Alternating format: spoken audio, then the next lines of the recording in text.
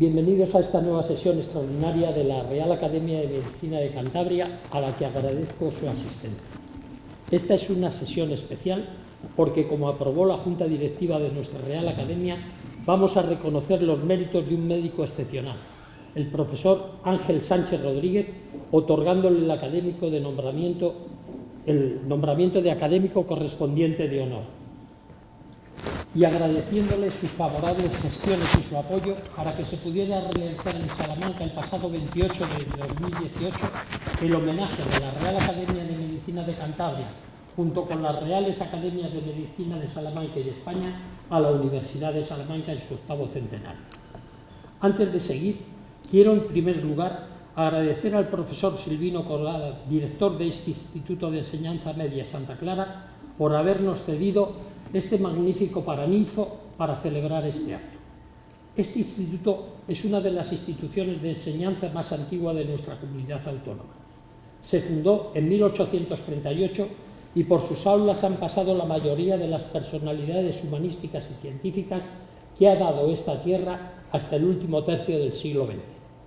Solo desde 1969 dejó de ser el único instituto donde poder cursar el bachillerato superior y el entonces curso preuniversitario que nos permitía acceder a la universidad. Gracias, profesor Corrada, y más aún por el consejo. El mundo de ayer ya está empezado. La recomendación fue muy buena. Seguro que sus alumnos también le agradecerán tan buenos consejos de lecturas que les ayudarán a formarse. ¿Quién es nuestro nuevo académico de honor? El profesor Ángel Sánchez Rodríguez. Hoy le estamos reconociendo por su extraordinaria carrera académica, pero como en todos los orígenes, cuando le conocí el primer día de octubre de 1964 en el Paraninfo de la Facultad de Medicina de Salamanca, no sabía quién era ni qué trayectoria marcaría su vida y la de los demás compañeros que allí nos reunimos. Ángel Sánchez era uno de los alumnos oriundo de la provincia de Salamanca. Había nacido mediada la década de los 40 del pasado siglo en el pequeño pueblo de La Veguilla, en Salamanca, cerca de Vecinos y de Frades de la Sierra, un pequeño pueblo de labradores y ganaderos, y Ángel no era el hijo del médico, del farmacéutico ni del maestro. En cuanto empezaron a aparecer las notas de los exámenes parciales y finales en los tablones de las distintas cátedras, todos fuimos sabiendo quién era Ángel. Sin duda, el más brillante alumno de aquella promoción que terminamos nuestra licenciatura en 1970. Era el más destacado de los entre 1000 alumnos que comenzamos la carrera en 1964. De ellos, un grupo significativo de Santander, entre otros, y pidiendo disculpas a los que no cite, puedo recordar a Paco Buján, mi hermano Roberto, Felipe Sanz, Pepe Sota, Ángel Pérez Puente, Rosa Ajenjo, Esther Villar, José Alonso Palacio y otros tantos que estaban curso arriba, curso abajo. Terminamos la licenciatura en 1970 y el expediente de Ángel fue el más brillante de aquella generación. Prácticamente solo tenía matrículas de honor, 22, y recuerdo que uno de sus dos notables lo había firmado el profesor Bayo de Farmacología, con gran enfado de Ángel. Su expediente mereció el premio extraordinario de la licenciatura en Salamanca, pero también el premio nacional fin de carrera de medicina. En aquellos años 60, los estudiantes de medicina de Salamanca tuvimos la enorme fortuna de que unos excelentes profesores dejaran su huella en nosotros y algunos pensáramos que era bueno tratar de imitarles siguiendo su camino en la docencia. En las primeras clases de anatomía en la cátedra del profesor Genis Gálvez tuvimos la suerte de tener un maestro de los que no se pueden olvidar, el profesor salmantino Luis Santos Gutiérrez, que dentro de unas fechas recibirá un merecido homenaje póstumo en Salamanca al cumplirse los 10 años de su fallecimiento en un accidente de tráfico junto con su esposa Carmina Unamuno, la nieta mayor de don Miguel. Pareja entrañable para todos los que les conocimos.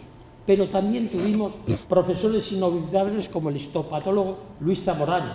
La fisiología y bioquímica nos la enseñó el exigente profesor Juan Manuel de Gandarias.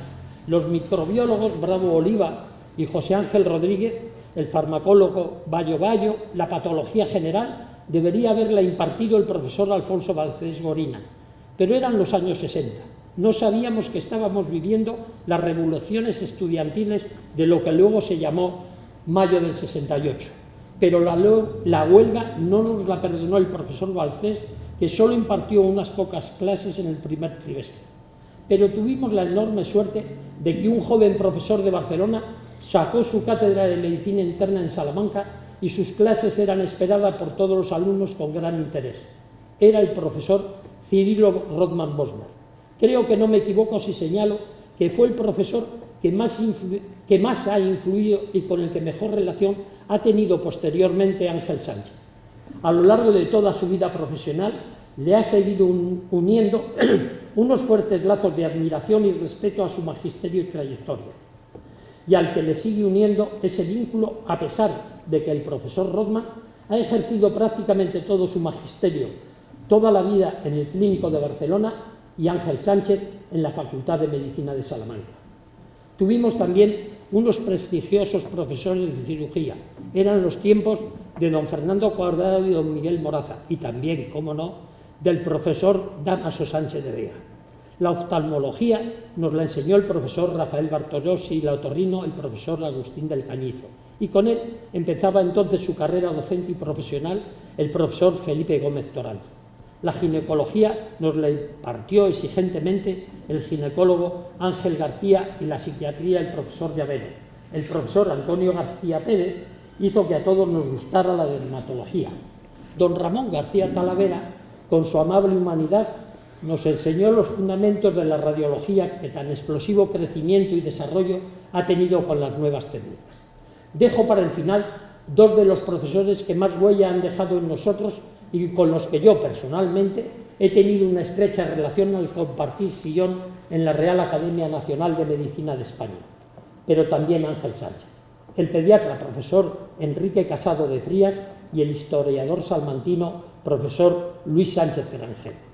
Tuvimos suerte.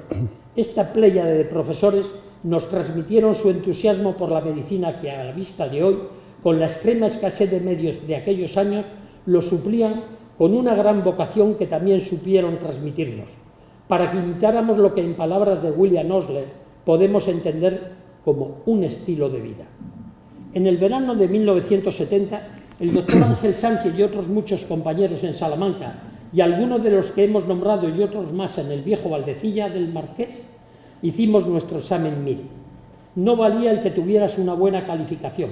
Luego había que ir a la entrevista con la dirección de docencia y la plana mayor de aquellos hospitales a los que queríamos poder optar porque creíamos que eran los mejores para realizar nuestra formación. Al final, 24 médicos internos fuimos seleccionados en aquella comisión dirigida por el profesor José María Segovia de Arana para iniciar en enero de 1971 nuestra formación en la Clínica Puerta de Hierro. Ángel Sánchez y yo volvimos a coincidir en estos cruciales años. Él se formó en medicina interna y todos le consideramos un discípulo fiel y brillante de uno de los maestros de la medicina interna de Puerta de Hierro y luego catedrático de esta disciplina en varias universidades, entre otras en la misma de Salamanca. Me refiero al profesor Juan Martínez López de Letona, al que le unió una estrecha amistad a lo largo de toda su vida. Aquellos años marcaron el carácter de Ángel y el estilo que tendría luego para ejercer su especialidad y llegar a las cotas más altas tras volver años más tarde de acabada la especialidad en la CPH a la Universidad de Salamanca, donde de nuevo acaba colaborando con el doctor Letona y concluyendo su tesis doctoral, que obtuvo la máxima calificación y el premio extraordinario del doctorado. Bueno, de los años de Madrid viene también una relación de mayor confianza y amistad con Ángel. No solo compartimos hospital, rotatorio, sesiones clínicas y guardias. Los primeros meses del año 71 compartimos también pensión en la casa de la señora Elvira en la calle Maudos de Madrid y las cenas en los pequeños restaurantes de la zona donde hacíamos nuestros planes de futuro. Desde el primer momento, además de implicarse en la tarea clínica con el paso de la visita diaria, la carrera de Ángel fue dirigiéndose, como todos esperábamos, en consolidar también una brillante carrera académica e investigadora. Comenzó en los tiempos de licenciatura como alumno interno por oposición de medicina interna y tras la formación y estancia posterior en la Clínica Puerta de Hierro, de nuevo en Salamanca, Fue primero profesor adjunto interino y pronto, a finales de los 70, gana el concurso de oposición nacional de profesor adjunto en patología y clínica médicas con el número 1. Más adelante, ya fijo en la Universidad de Salamanca, ganaría la plaza de catedrático de medicina interna. La labor docente se ha acompañado siempre de la responsabilidad asistencial, clínica y también investigadora. Primero como médico adjunto de Portahierro, más tarde jefe de sección de medicina interna en el Hospital Universitario de Salamanca, después jefe de servicio de medicina interna del mismo hospital y además ha coordinado la unidad clínica y de investigación de hipertensión, riesgo cardiovascular y diabetes mellitus tipo 2. Sus líneas de investigación clínica han estado centradas en la patología endocrinometabólica y sistémica, riesgo cardiovascular y autoinmunidad. Ha realizado también investigación básica centrada en el óxido nítrico y su implicación en la patología hepática y renal y otros marcadores biológicos y vías de señalización intracelulares de distintos procesos sistémicos, sobrepeso, obesidad, síndrome metabólico, hipertensión, diabetes, etc. Con estudios epidemiológicos y clínicos. Ha realizado numerosos ensayos clínicos, ha tenido 40 ayudas a proyectos y becas de investigación, ha dirigido 23 tesis doctorales y 50 tesinas o trabajos de fin de grado. Toda esta actividad se ha resumido también en más de 200 publicaciones en revistas nacionales, 80 en revistas internacionales, más de 75 ponencias en congresos nacionales y otras tantas en congresos internacionales y regionales. 210 comunicaciones a congresos y cerca de 180 conferencias en diferentes ámbitos. Ha sido referee en las revistas de medicina clínica, Revista Clínica Española, Medicine, Diabetes Practice, Endocrinologist, es miembro de sociedades de medicina interna, Sociedad Europea y Federación Internacional de Medicina Interna, Sociedad Castellano-Leonesa Cántabra de Medicina Interna y principalmente ha sido el presidente de la Sociedad Española de Medicina Interna. También ha sido miembro de la Sociedad Española de Hipertensión Arterial, fellow honorífico de la Asociación Médica Americana en la Universidad de San Diego, de la Universidad de El Salvador en Buenos Aires y presidente de la Sociedad Hispano-Argentina de Medicina y Ciencias Afines. Es académico de número de la Real Academia de Medicina de Salamanca, entre otras distinciones y honores. Hoy sumará al término de su conferencia de toma de posesión el de académico correspondiente de honor de la Real Academia de Medicina de Cantabria.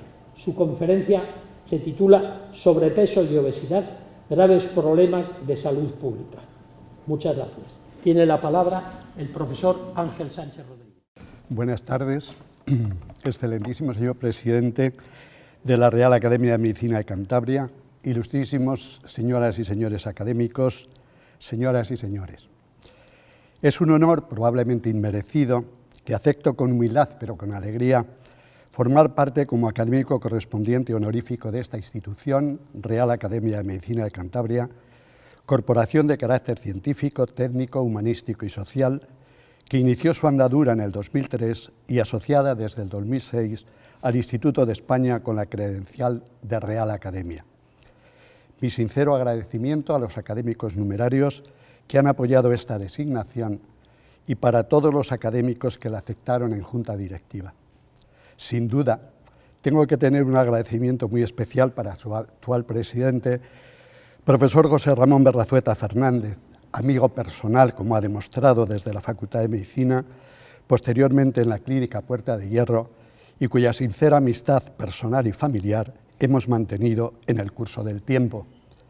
Él es el impulsor principal de esta proposición y ha aceptado además mi presentación pasándose muchos puntos. Muchas gracias, José Ramón.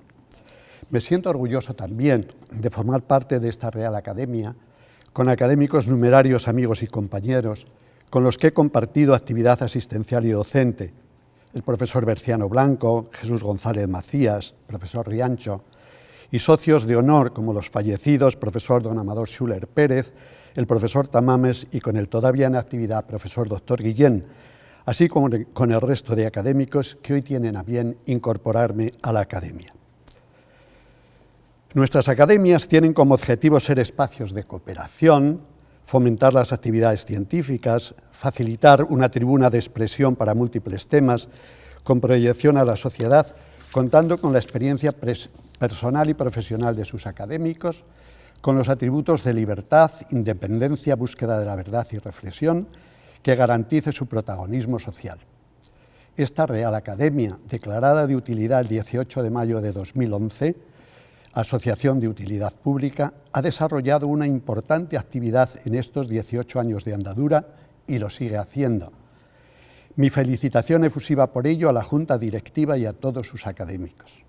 Y como sé que va a continuar así, yo les ofrezco mi colaboración con la mayor ilusión en todo aquello que se me solicite, además de las obligaciones que como académico correspondiente de honor marcan los artículos 14 y 18 de sus estatutos, y les aseguro que también serviré de puente para facilitar una relación que se traduzca en actividades compartidas entre la Real Academia de Medicina de Salamanca, Real Academia de Medicina de Valladolid y Real Academia de Medicina de Cantabria, dignificando y haciendo notorias las academias de nuestro entorno, podándolas un poco de su oropel y convirtiéndolas en recintos auténticos de su ver humano, en seminarios de humanismo, en propulsores eficaces de la cultura y de temática básica, de valores y de ciencia a la sociedad.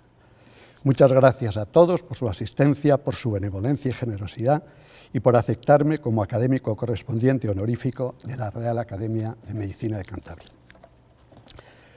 En la línea de nuestras academias de exponer temas de proyección social, he seleccionado el tema sobrepeso y obesidad, graves problemas de salud pública, probablemente los procesos epidémicos más frecuentes en el mundo e importantes en nuestro país, con gran repercusión orgánica. He trabajado en ellos desde el punto de vista clínico, en relación con el síndrome metabólico, la diabetes, la hipertensión, la obesidad y el riesgo vascular, y desde el punto de vista básico en vías de señalización intracelular y marcadores celulares. El sobrepeso y la obesidad son uno de los problemas más importantes de salud pública en el siglo XXI, constituyendo una epidemia global. Representan el proceso epidémico crónico más común, no transmisible, con prevalencia progresiva en todo el mundo a cualquier edad. Comienzan en la infancia, aumentan de forma progresiva en la edad juvenil, adquieren su acmé en la edad adulta, dando lugar a múltiples problemas de salud, junto a importantes consecuencias sociales, económicas y psicológicas. En la actualidad, el mundo se enfrenta a una doble carga de malnutrición, que incluye la desnutrición por una parte y la alimentación excesiva por otra. Y así como en los países pobremente desarrollados, el signo de la pobreza es la delgadez famélica que causa la desnutrición, en los países en vías de desarrollo y en los países en desarrollo, un nuevo signo de pobreza es la obesidad. Una obesidad producto de comer más mal que mucho, es decir, de consumir dietas desequilibradas y altamente calóricas, sobre todo en clases sociales más bajas. Según la Organización Mundial de la Salud, en buena parte del mundo, paradójicamente, ya muere más gente por comer más y mal que por no comer. Por primera vez en la historia de la humanidad, hay más personas con exceso de peso que desnutridas. 1.300 millones de personas padecen desnutrición severa por escasez de alimentos y otros 1.500 millones tienen problemas de sobrepeso y obesidad que afectan gravemente a la salud. En el futuro, según una muy reciente publicación de la revista Lancet de enero de este año, a la malnutrición, al sobrepeso y a la obesidad y su repercusión sobre la salud, se va a unir el cambio climático. Estas tres pandemias, malnutrición, sobrepeso y obesidad y cambio climático, representan, según estos autores, The Global Syndemic, una sinergia que afecta a muchas personas en cada país y en cada región del mundo, formando una sinergia epidémica porque concurren en tiempo y espacio, interactúan unas con otras para producir complejas secuelas y aumentan la morbilidad y modifican conductas sociales fundamentales. Nuestra referencia actual se va a centrar hoy en la valoración del sobrepeso y la obesidad en nuestros países y en los países de nuestro entorno. El sobrepeso y la obesidad son secundarios a un desbalance entre la ingesta calórica y el gasto energético a favor de la ingesta calórica, lo que condiciona un aumento de la grasa corporal y, por tanto, del tejido adiposo.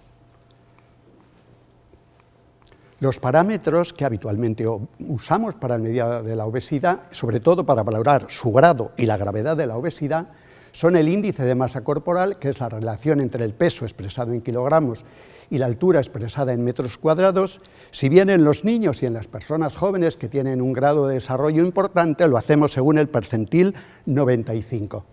Usamos también el perímetro abdominal y el pliegue cutáneo, tomado por un plicómetro o por un densitrómetro, a partir por lo menos de 4 pliegues y de una forma no bien definida.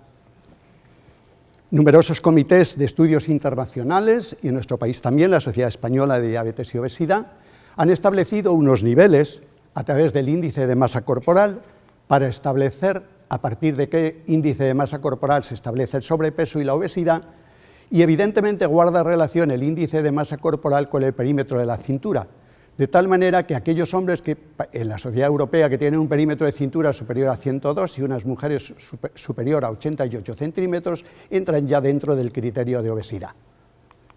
Pero tal vez lo más importante que quiero dejar claro es que el índice de obesidad, a medida que aumenta el índice de obesidad, aumenta la morbimortalidad del índice de masa corporal de forma exponencial, tanto para mujeres como para hombres. El sobrepeso y la obesidad, como por eso, son tan antiguos como la misma humanidad. En este artículo, que es muy interesante de leer, dice cómo tienen una gran repercusión social y cultural, con distintas valoraciones plasmadas en la literatura, en la vida social. Yo no le voy a contar muchas cosas, pero ya desde la prehistoria hay una representación gráfica de la obesidad en una de las estatuas que figuran en el Instituto Nacional de Cultura de Austria, que es la Venus de Willendorf. También lo que sucedía a nivel de las pirámides de los egipcios, como en la vida social, sobre todo en la Edad Media, los nobles, los frailes, los artistas, tenían gran repercusión de la obesidad en su vida social. En la pintura, sobre todo en la Edad Media, cuando realmente en la pintura se plantea si la obesidad es un elemento no bien visto en la sociedad, un elemento además patológico, y hay dos controversias en la pintura importantes en la Edad Media, que es, por ejemplo, el cuadro de Hieronymus Bosch sobre los 7 pecados capitales frente a las 3 gracias del cuadro de Rubens, donde realmente por una parte dice que la obesidad es algo que debe evitarse y por otra parte se requiere que las mujeres para tener representación social sean gruesas. Fíjese lo que ocurre en la literatura, desde los espartanos, cuando les daban a los espartanos esa sopa negra para que no comieses y se mantuvieses fuertes para el ejército, hasta lo que sucede luego ya en la literatura del siglo XVI. Recuerden, por ejemplo, el capítulo de las bodas de Camacho de Cervantes, cómo Cervantes en sus novelas ejemplares ya comenta que la obesidad es un problema importante, sobre todo en la época donde Cervantes, en la época que vive en Sevilla, y es como control de abastecimientos, y él ya cuenta cuando veía obesos lo que le representaban. En la moda ha ocurrido lo mismo, en los libros de Walter Scott del siglo XIX ocurre lo mismo, y realmente lo que ocurre en la obesidad es que el desarrollo fisiopatológico, molecular y genético es tardío. De tal manera que probablemente el primer estudio significativo para representar la obesidad como tal y valorar qué valor puede tener desde el punto de vista molecular y genético es la publicación por la Universidad de Rockefeller en el grupo de Friedman de este artículo publicado en Nature en 1994, donde se describe por primera vez el gen OB del ratón, la proteína que lo codifica, que es la lectina, y el gen homólogo en el ser humano. Realmente se crea el primer problema porque se define muy bien que el ratón que carece de un solo gen es un ratón 5 veces más grueso que su hermano, y estos ratones en el curso de su evolución no solamente tienen obesidad, hipertensión, hiperinsulinemia, diabetes y todos los problemas. Pero este estudio, que pareció en principio tan importante, perdió luego mucha potencia después, porque realmente se pensaba que con lectina se iba a curar la obesidad y resulta que los obesos tienen hiperlactinemia, con lo cual este estudio quedó un poco modificado después. ¿Y qué ha sucedido con la obesidad a lo largo del tiempo?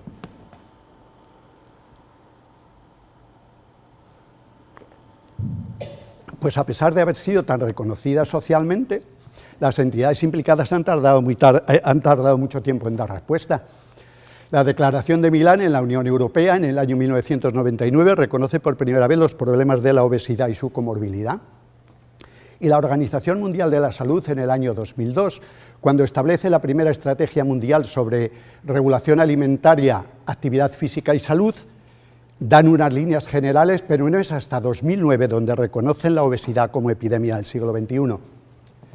La Conferencia Ministerial Europea de 2006 ya toma líneas importantes, pero sin embargo no es hasta el 2014, en la Conferencia Ministerial Europea presidida por los griegos, cuando se piensa que el objetivo primario de la obesidad debe radicar en la infancia, porque realmente si no hay prevención, si no hay educación, no hay prevención, y si no hay prevención hay siempre obesidad. Posteriormente, la Sociedad Americana de Endocrinólogos Clínicos toma una posición para definir la obesidad como enfermedad, pero no es hasta 2013 cuando la Asociación Médica Americana define la obesidad como verdadera enfermedad. Y luego, el primer registro que tenemos de un dictamen del Tribunal Europeo de Justicia considerando la obesidad como una enfermedad incapacitante es en el año 2014. ¿Cuál es la prevalencia de la obesidad? La prevalencia de la obesidad ha aumentado de forma significativa en los últimos 30-40 años en todos los países del mundo. Probablemente uno de los estudios más importantes publicados en el 2016, en el mes de marzo, en Lancet, es un estudio de tendencias del índice de masa corporal en 200 países desde 1975 a 2014, un análisis ponderado de 1.698 estudios poblacionales con una cantidad inmensa de participantes.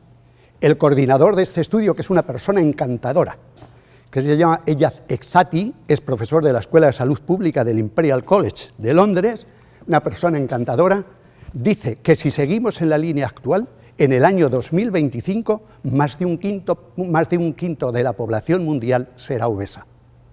Y él establece en el estudio de sus tendencias como en el año 1975 había aproximadamente unos 1.300 millones de personas con sobrepeso, de los cuales 250 millones eran obesos. En el año 2014 había ya en el mundo 641 millones de obesos sobre un porcentaje total de 1.500 millones con sobrepeso. ¿Y qué había sucedido en esos años? Pues fíjense, el porcentaje de los hombres se había multiplicado por 3 y el porcentaje de las mujeres se había multiplicado por 2. ¿Y qué previsión hace Ezati para el 2025? Que el 18% de los hombres y el 21% de las mujeres van a ser obesas. Y además dice que esa obesidad mórbida va a ser importante y va a aumentar de un 5 a un 6% a un 9%. ¿Y qué le dice a los españoles?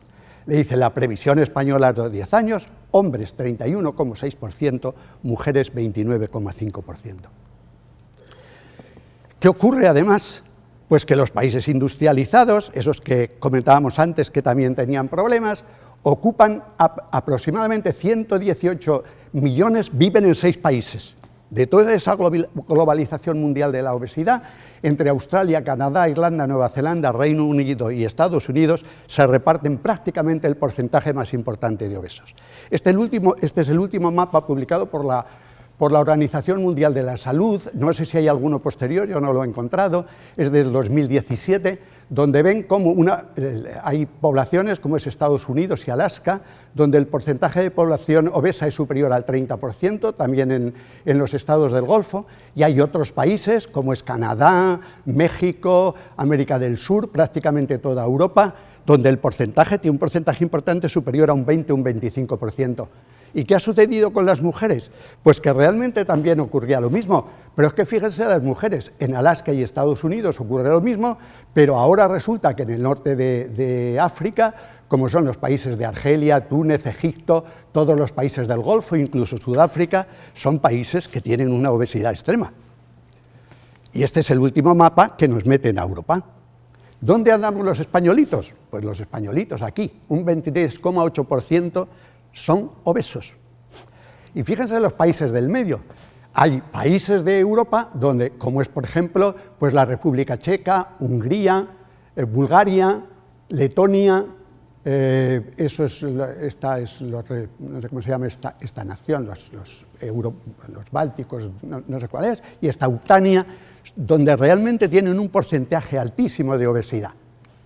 Pero el problema que llama la atención fundamentalmente es lo que sucede en nuestro país. El último mapa publicado de la Encuesta Nacional de Salud, donde antes que le repartíamos a los canarios fundamentalmente y a los países del Mediterráneo el mayor índice de sobrepeso y obesidad, fíjese ahora cómo son los gallegos y los andaluces, y ustedes en Cantabria están como muy bien, los castellanos andamos un poquito peor. ¿Cuál es el índice de masa corporal y el porcentaje de obesos según la última encuesta? Pues la obesidad es de un 16,7% para las mujeres y un 18,2% para los hombres, el sobrepeso de un 30% para las mujeres, un 44,3% para los hombres. Pero lo más sorprendente de todo es lo que sucede en la edad juvenil y en la edad infantil, lo más sorprendente. Siento que tenga que beber tanta agua, pero he tenido un catarro terrible estos días y no tengo la solución.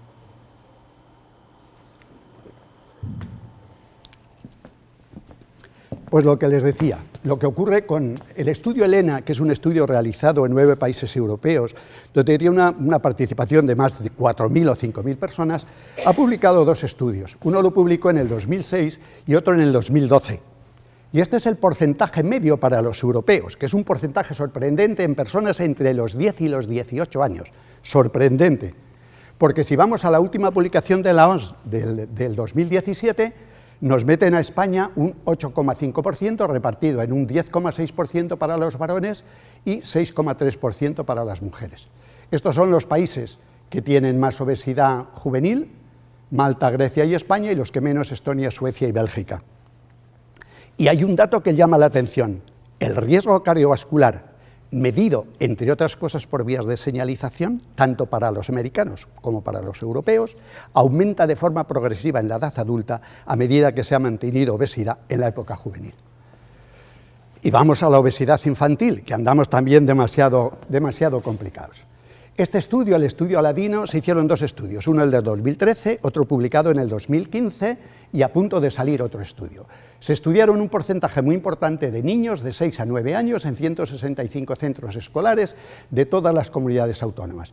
Y la prevalencia de obesidad fue de un 16,1% y la prevalencia de sobrepeso del 23,2%. Pero si vamos a lo que nos dicen ahora las nuevas estadísticas de la OMS, España tiene un 14,9% de sobrepeso, obesidad en la edad infantil. Y entrando por comunidades autónomas, donde se reparte un sobrepeso de un 16,36% y de obesos de un 9,23%, ustedes están como muy bien, pero otras regiones estamos francamente mal. ¿Cuáles son los factores facilitadores? ¿Por qué tanto problema? Hay unos que son muy fáciles de entender, todos los comprendemos fácilmente: los cambios en el estilo de vida, las comidas fáciles y rápidas, el crecimiento económico y también la industrialización, la emigración a las grandes ciudades, el mayor consumo de alimentos apetecibles y de bajo coste. Fíjese lo que esta diapositiva, que seguro que la hemos visto muchas veces, la organización del futuro, el fenómeno de la coca-colonización, el consumo de las bebidas carbónicas y edulcoradas, y sobre todo la creciente dependencia de la tecnología en todos los puntos: transporte, televisión, iPad, videoconsolas, etc. Ya el estudio Aladino puso de manifiesto cómo los niños que tienen un PC en su habitación, los niños que tienen DVD, los que tienen una consola, son niños que realmente son mucho más obesos. Y los datos que nos ofrece la Encuesta Nacional de Salud del 2017, pues fíjense, el nivel de actividad física que realizamos, el nivel medio, es muy pobre, un 44% en las mujeres, un 36,2% me parece en los hombres. La población sedentaria media es también muy alta, el tiempo libre en las pantallas es muy alto, el consumo de fruta y verdura muy pobre y el consumo de refrescos edulcorados evidentemente muy alto. Todo el mundo piensa que el tejido adiposo, pues nada, es un tejido que está ahí, que no tiene... El tejido adiposo es un tejido tremendamente enérgico y tremendamente importante. He tomado dos definiciones, una de Oleski, que a mí me resulta absolutamente sorprendente, y otra de Lucas, en un artículo que escriben los dos en el 2010. El tejido adiposo es un órgano endocrino muy importante y es un cruce de caminos metabólicos, inmunológicos, inflamatorios y genéticos. Y una frase de Oleski que no deja desperdicio: cuando el tejido adiposo del obeso habla, los demás órganos atienden o sufren. Bueno. El tejido adiposo activo juega un papel importantísimo en la regulación hemodinámica corporal a través de múltiples sustancias, unas sustancias que son hormonas, otras citocinas, otras proteínas de matriz celular, otras proteínas del complemento, otras proteínas que no conocemos muy bien, factores del crecimiento, pero en medio de él existen una serie de mecanismos patogénicos que facilitan la alteración del tejido adiposo, que son muy importantes, que se relacionan entre sí, que no son secuenciales, no se suceden uno a otro, pero sí que se potencian entre sí. No quiero entrar en mucho detalle porque puedo cansarles, pero estos 4 puntos por lo menos que los oigan alguna vez. La adiposidad crea problemas cuando el tejido adiposo es incapaz de mantener y adaptar la grasa que le llega por vía energética. Y cuando se rompe ese límite de expansión del tejido adiposo, se establece un balance energético crónico positivo que da lugar al desacoplamiento metabólico.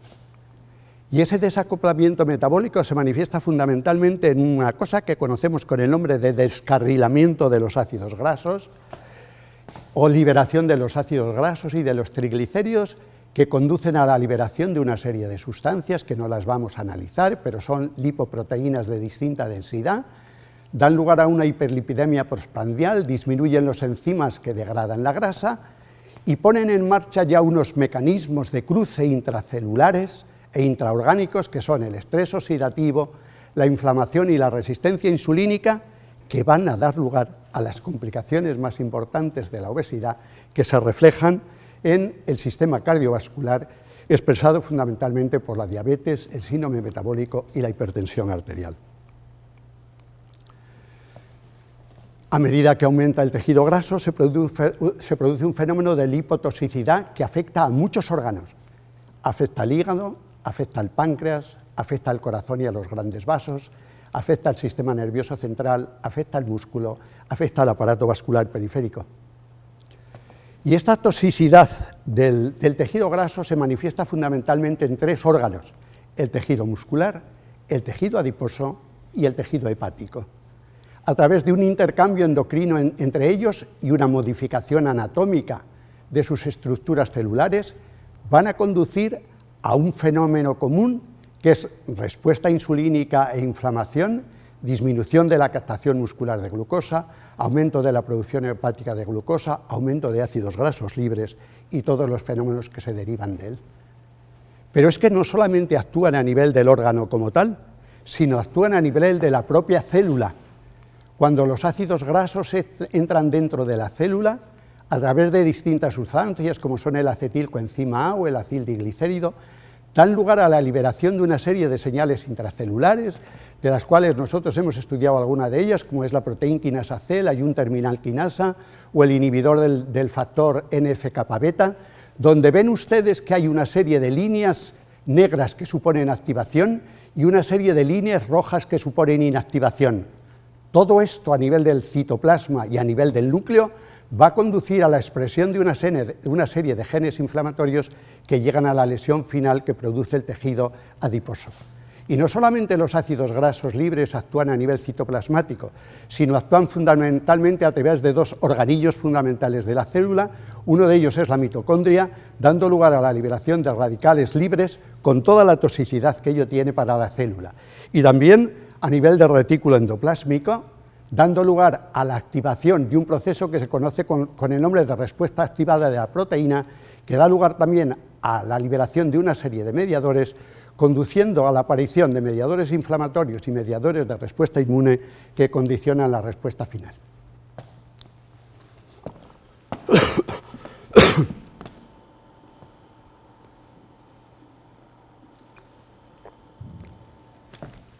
Otro de los mecanismos es el mecanismo inflamatorio. El mecanismo inflamatorio es muy importante en el organismo humano, de tal manera que la obesidad puede considerarse como una inflamación crónica, de mediana intensidad, con un perfil variable en función de los mediadores que tiene y dando lugar a muchas señales metabólicas o inflamatorias. Como ven ustedes aquí, lo que dice, se origina desde y está orquestada por la célula metabólica, por esas cadenas intracelulares que antes hemos comentado, dan lugar a la liberación de una serie de citocinas, aquí están citados solamente el TNF-alfa y la interleucina 1-beta. Esto da lugar también a la infiltración de otras células que tienen mucho que ver posteriormente en la respuesta celular, como son los macrófagos, las células T o los mastocitos, y todo ello conduce a un estado inflamatorio crónico que se mantiene de forma constante. Ya no quiero entrar en más, porque probablemente esto es bastante difícil, pero de la inflamación se pasa a la disregulación metabólica. Y la disregulación metabólica es muy importante porque a partir de este momento disminuye la sensibilidad a la insulina y aumenta la resistencia insulínica. ¿Qué significa aumentar la resistencia insulínica? Significa que la insulina en concentraciones normales o superiores a las normales es incapaz de desarrollar su acción biológica, sobre todo en tres tejidos fundamentales, que son en el hígado, en el músculo y en el tejido adiposo. Y como la insulina pierde su capacidad de acción fundamentalmente sobre la glucosa, se convierte en regulador biológico del adipocito. Y la insulina es responsable del aumento de los triglicéridos, del aumento de la lipogénesis, de la disminución de la lipólisis, de la facilitación de los adipocitos, y la resistencia insulínica toma el mando del control metabólico. Y al tomar el mando del control metabólico, produce una cantidad de problemas que los vemos todos reflejados en la obesidad. El 50% de los obesos se van a convertir en diabéticos, más del 50% son dislipémicos, más del 50% son hipertensos, factores aterogénicos tienen otro porcentaje similar, más del 25% tienen hiperuricemia, todos tienen disfunción endotelial.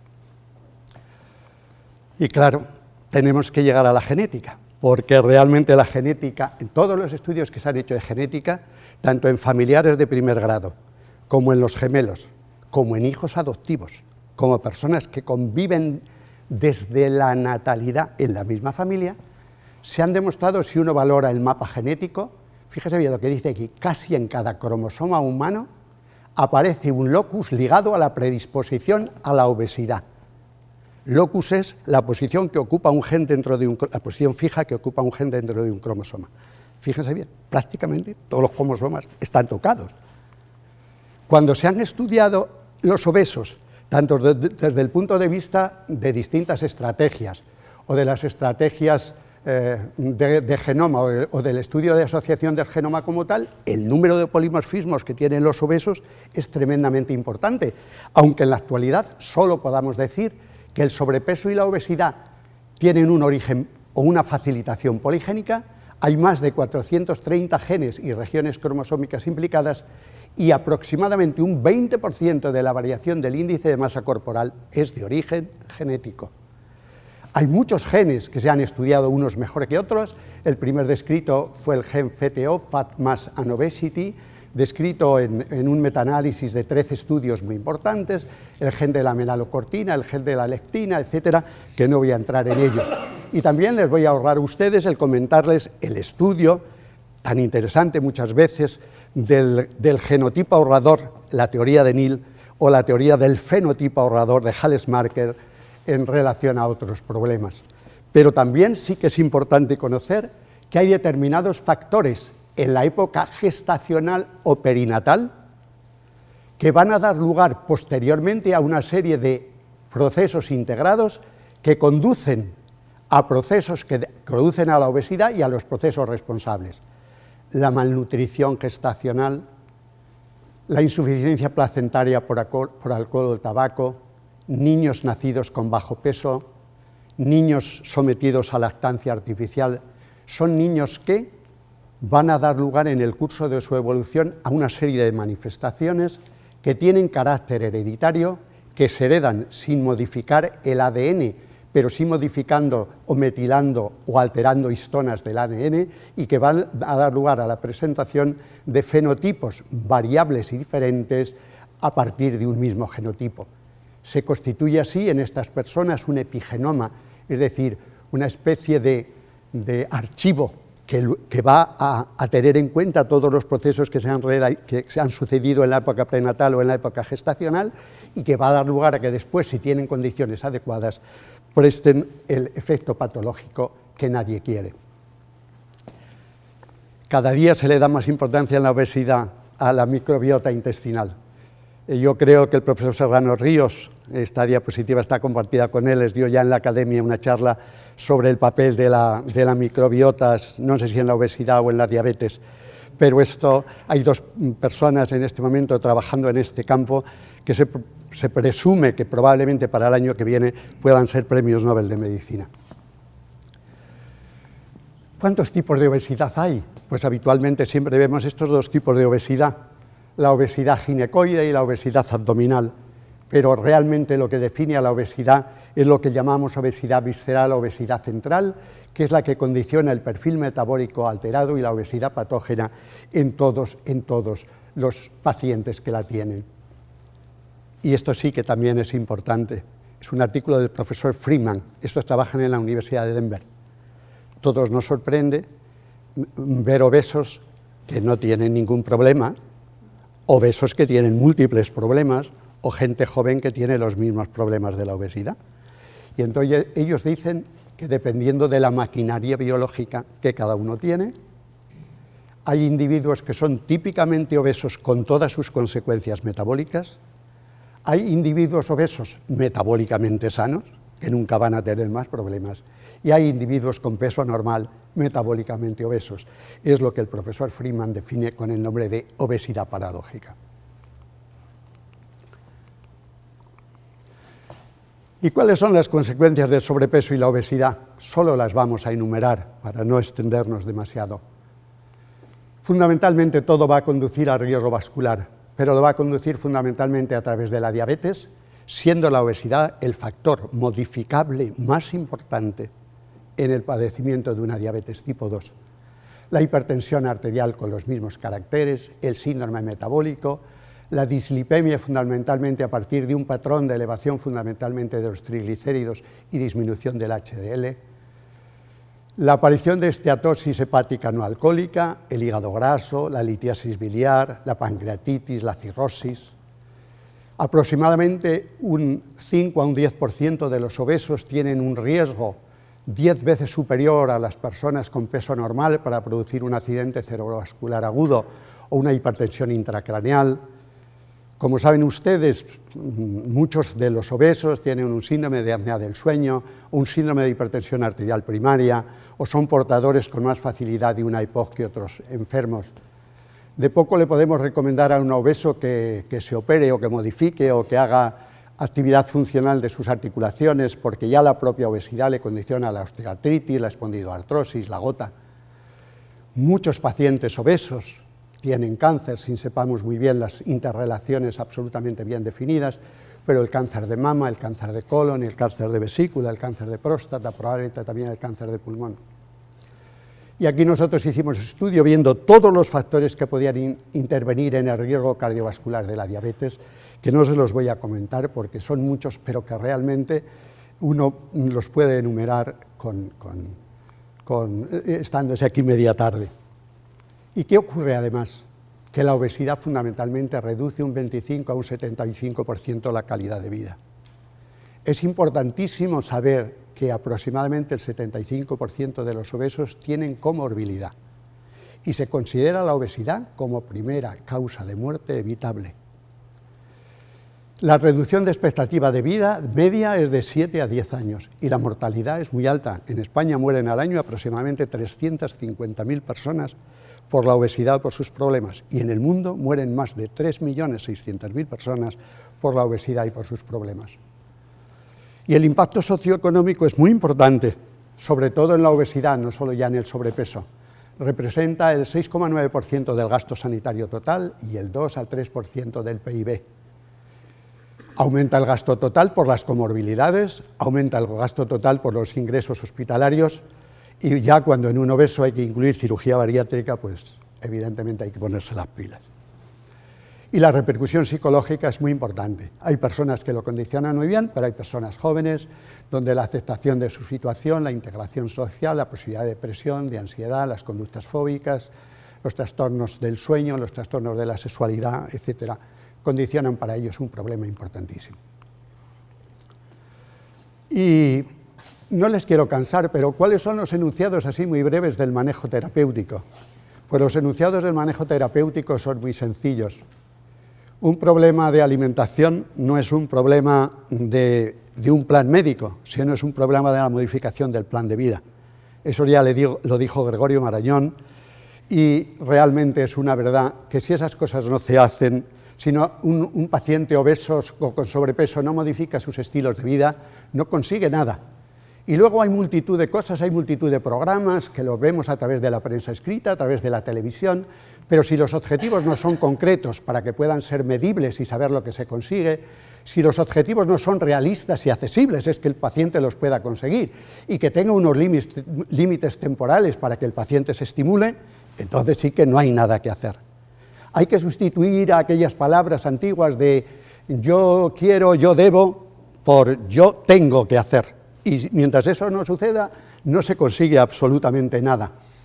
El ejercicio físico se puede hacer de cualquier forma, pues recomendamos siempre un ejercicio físico moderado, de 150 minutos al menos a la semana, hecho de forma individual, de forma familiar, como se quiera, siempre en función de la tolerancia y de la capacidad física de cada paciente.